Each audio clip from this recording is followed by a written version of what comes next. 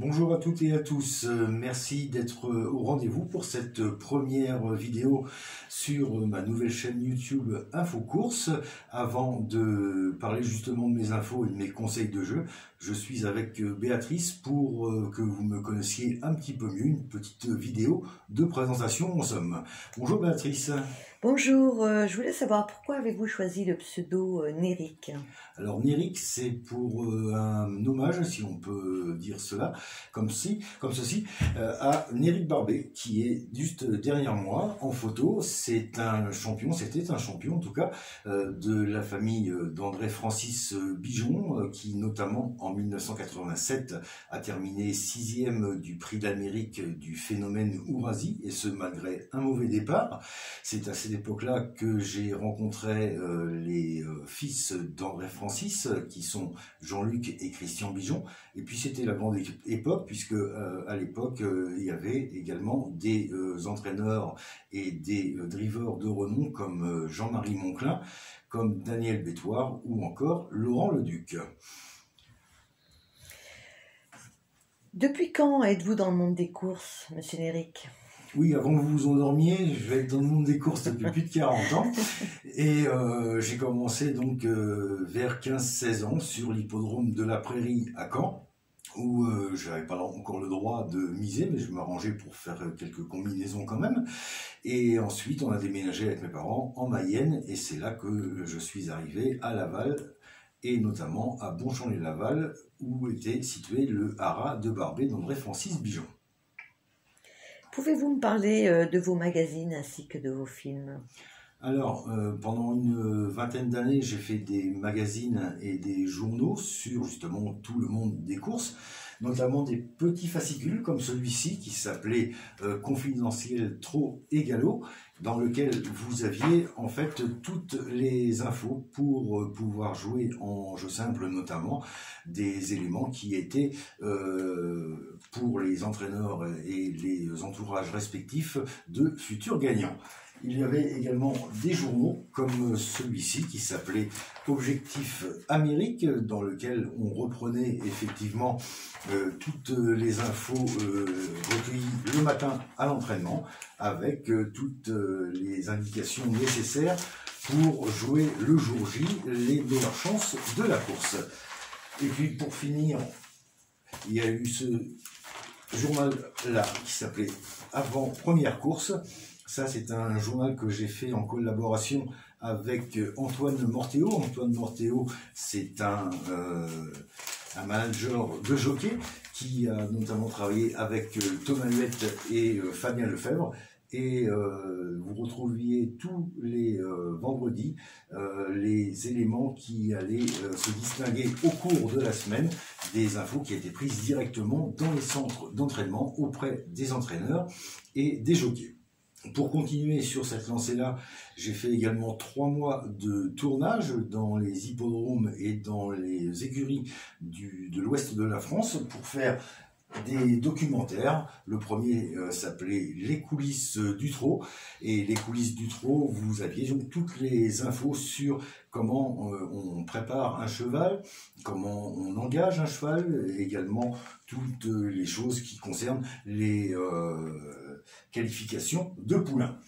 Sous les ordres, c'était le deuxième opus de la série, où on retrouvait toutes les courses de trot avec tout le spectacle. Et à propos de spectacle, le dernier s'appelle le spectacle des courses. Et dans le spectacle des courses, vous aviez en fait tout le côté plat et obstacle, et avec des images saisissantes et également des moments uniques, puisque j'ai notamment eu la chance et le privilège de pouvoir tourner pour la première fois au monde un cross au flambeau. C'était sur l'hippodrome de Nuillé-sur-Vicois.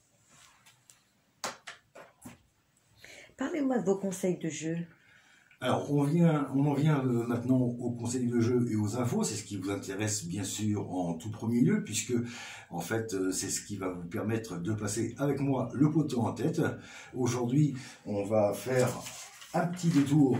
Je vous conseille de faire comme moi, vous prenez un petit stylo et puis une feuille de papier. Il y a pas mal d'infos et de jeux intéressants à faire. On ira donc sur la Cendrée de Vincennes ce vendredi 9 avril. On va commencer par deux infos concernant la course 15 et plus. C'est dans la 4e épreuve de la Réunion, avec celui qui sera notre base, notre coup sûr, le 14, Falco d'Avaroche. Il vient de renouer avec le succès et Jean-Michel Baudouin, son entraîneur, en attend une confirmation. Et puis pour corser un petit peu les rapports de cet événement, le numéro 11, Écrin du Dropt, son entraîneur Christophe Fate pense qu'il vaut un lot de ce genre et il va effectuer aujourd'hui le déplacement avec de belles ambitions. Ensuite, on ira dans la 3e épreuve du programme. Là, on fera un jeu trio avec 2 chevaux en base. C'est un champ réduit pour 7,50 €. On prendra en base le numéro 9, Enzo Dessart, qui aligne tout simplement les bonnes performances. Et puis également le 11, El Santo Fort, de mon ami Christian Bijon, qui va présenter 2 chevaux dans cette compétition. El Santo Fort est au top de sa forme actuellement. Il reste sur de très belles tentatives, et notamment 2 deuxièmes places derrière le très bon Epsom d'Airfray. On fera donc un trio en champ réduit, avec le 9 et le 11 en base, auquel on va associer l'As, le 5, le 7, le 8 et le 10. Ensuite, nous irons dans la 6e épreuve du programme. Là, on fera un jeu plutôt prudent, juste un couplet gagnant placé pour 3 €, avec le numéro 3, Happy Story, qui est au top de sa forme et qui va tenter aujourd'hui la passe de 3. Et le numéro 4, Houle de Rivière, de l'entraînement en grande forme de Laurent David. Je lui souhaite un prompt rétablissement puisqu'il a été victime d'une fracture il y a quelques jours. En tout cas, son pensionnaire est aujourd'hui au top de sa forme, pieds nus, un bon numéro derrière les ailes de la voiture. Il peut faire afficher une belle petite cote avec celui qui sera certainement le favori de l'épreuve. Pour finir nos jeux, on ira dans la 7e et dernière. Là, on pourra faire un jeu prudent avec un couplet gagnant placé pour 9 €, 3 chevaux. Donc, le numéro 7 qui s'appelle Histoire Grave, qui va débuter au monté après une belle course de rentrée et qui sera déféré des postérieurs pour la première fois de sa carrière. Le numéro 11, Himalaya Forgan, qui est au top et qui reste sur un facile succès. Et enfin, le 10, Hawaii CB, très régulière. C'est la jument qui possède le meilleur record sur le parcours qui nous intéresse et elle en est à se racheter de sa dernière performance où ça s'est mal passé puisqu'elle a été disqualifiée. Donc un couplet gagnant placé de 3 chevaux, le 7, le 9 et le 10. Pour un jeu un peu plus spéculatif qui est plus offensif, on pourra tenter pour ceux qui le désirent un mini multi qui coûte 21 € en mise pleine. Et là, on s'appuiera sur nos 3 chevaux, le 7, le 9 et le 10 en base, auquel on va associer donc tous les autres chevaux de l'épreuve. Voilà en ce qui concerne cette première journée d'infos et de conseils de jeu, en espérant vous faire passer avec moi le poteau en tête. Concernant... parce que Béatrice, elle s'est endormie, ça y est, maintenant c'est bon.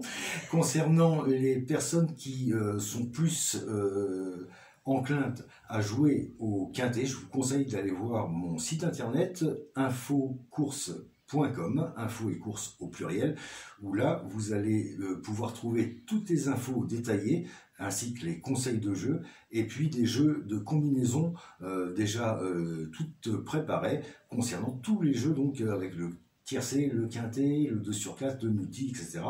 Là, vous allez avoir toutes les infos et toutes les possibilités pour gagner aux courses, et notamment demain. Béatrice, merci d'avoir été avec nous. Merci à vous, Monsieur Néric, et à bientôt. À bientôt, et puis à vous, je vous dis tout simplement à demain. Au revoir.